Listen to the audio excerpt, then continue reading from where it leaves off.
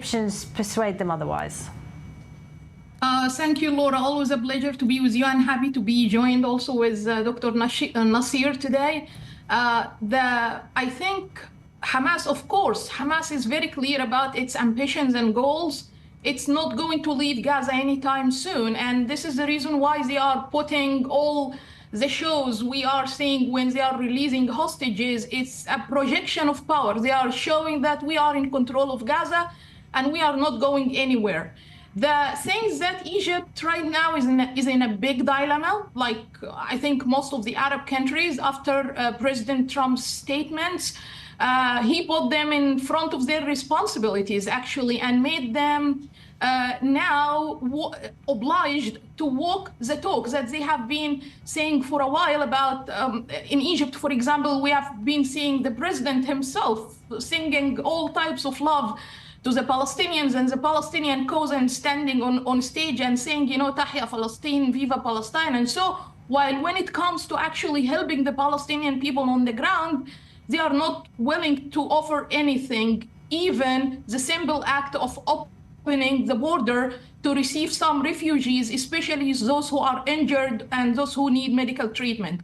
So I don't think it's in Egypt's best interest to try to convince Hamas to leave Gaza anytime soon, because it will require Egypt's intervention, perhaps military intervention, in order to, not intervention in a negative way. I mean, it will require Egyptian troops' presence on the ground in Gaza in order to protect against any acts by radical groups and also to protect Egypt's national security. And this is something Egypt is not willing to do anytime soon. All right, thank you, Dalia. Well, let me bring in Nasir Al-Amari, because Jordan's king, he made a kind of a limited gesture, if we could say. He will agree to take in 2,000 Gazan children and their families, presumably.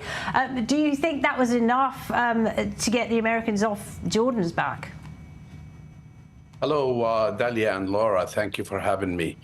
Well, it's not enough for President Trump. It's obvious that he's talking about clearing Gaza, and the king deferred to the Egyptians, and it seems that there is a plan out there, and it's a counter-offer.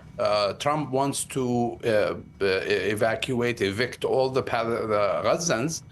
It seems the Egyptian, Jordanian, Saudi plan is to get rid of Hamas and to start reconstruction of Gaza, and to they enveloped all of that in a return to peace talks and a Palestinian state. Hamas seems to be open to not playing a role in a future Gaza. However, my perception of this Hamas acceptance is that they do not want to put more pressure on Jordan and Egypt. So they want to seem like they are open to the counter-offer. Their goal is to stick around, probably get some aid to the Palestinians and start some type of reconstruction effort. And that way they avert the Trump plan, and everybody comes out, a winner.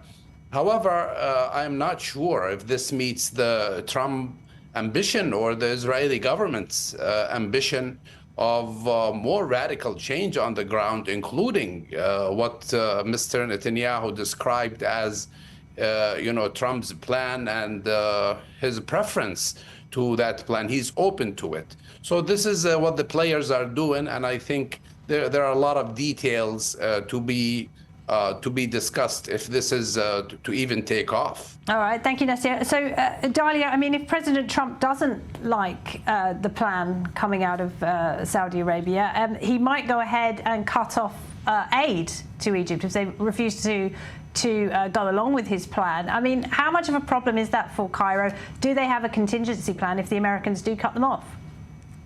To be honest, all the offers, all the proposals offered by Arab leaders right now are just a repetition or a copy of formal plans that were applied in previous episodes of the war between Hamas and Israel and the situation in Gaza in general.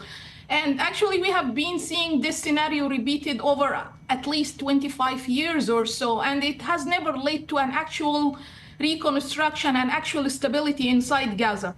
So what they are trying to do now is to rephrase what the Arab leaders, are trying to do now is to rephrase and reintroduce the same things they have been doing previously in order to convince President Trump to change his mind about the plan. At the same time, on the domestic level, they are promoting the issue as if it is a conspiracy theory targeting the national security of these Arab countries. If you see the Egyptian media, you will be amazed by how now they are projecting all types of attacks on President Trump and Prime Minister Netanyahu as part of a bigger conspiracy to destroy Egypt's security and stability, which is absolutely not true. And the situation in Gaza and fixing the situation in Gaza will help everyone in the region to stabilize and be more secure. Egypt also is facing even a bigger dilemma in its crisis with the Trump administration. And I know the word crisis is a very big word, but actually the situation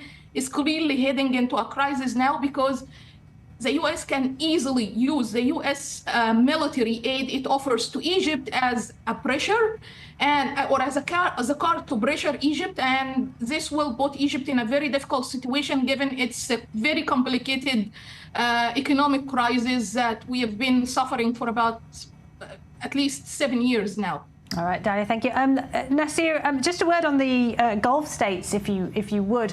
Qatar was not invited to this summit, but we know how much influence they have over Hamas. Just your thoughts on why they weren't invited, and also what about Saudi Arabia? They're leading the talks here. How much of a role are they playing, and how does this fit in with their plans to get a defense treaty with the United States?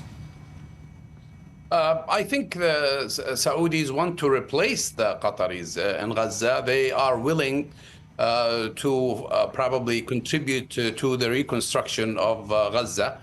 Qatar, represented by Al Jazeera, are still talking about Hamas, being victorious and having the upper hand. So I think that we have a change of hands here. If the Saudis, Egyptians, and Jordanians are to come in, definitely Hamas will not be a player in any future plans. But make no mistake about it, Mohammed bin Salman wants to play that role to replace Qatar and other countries in leading the peace effort in the region. Dr. Nasir El-Amari and Dalia Ziada, thank you very much indeed to you both.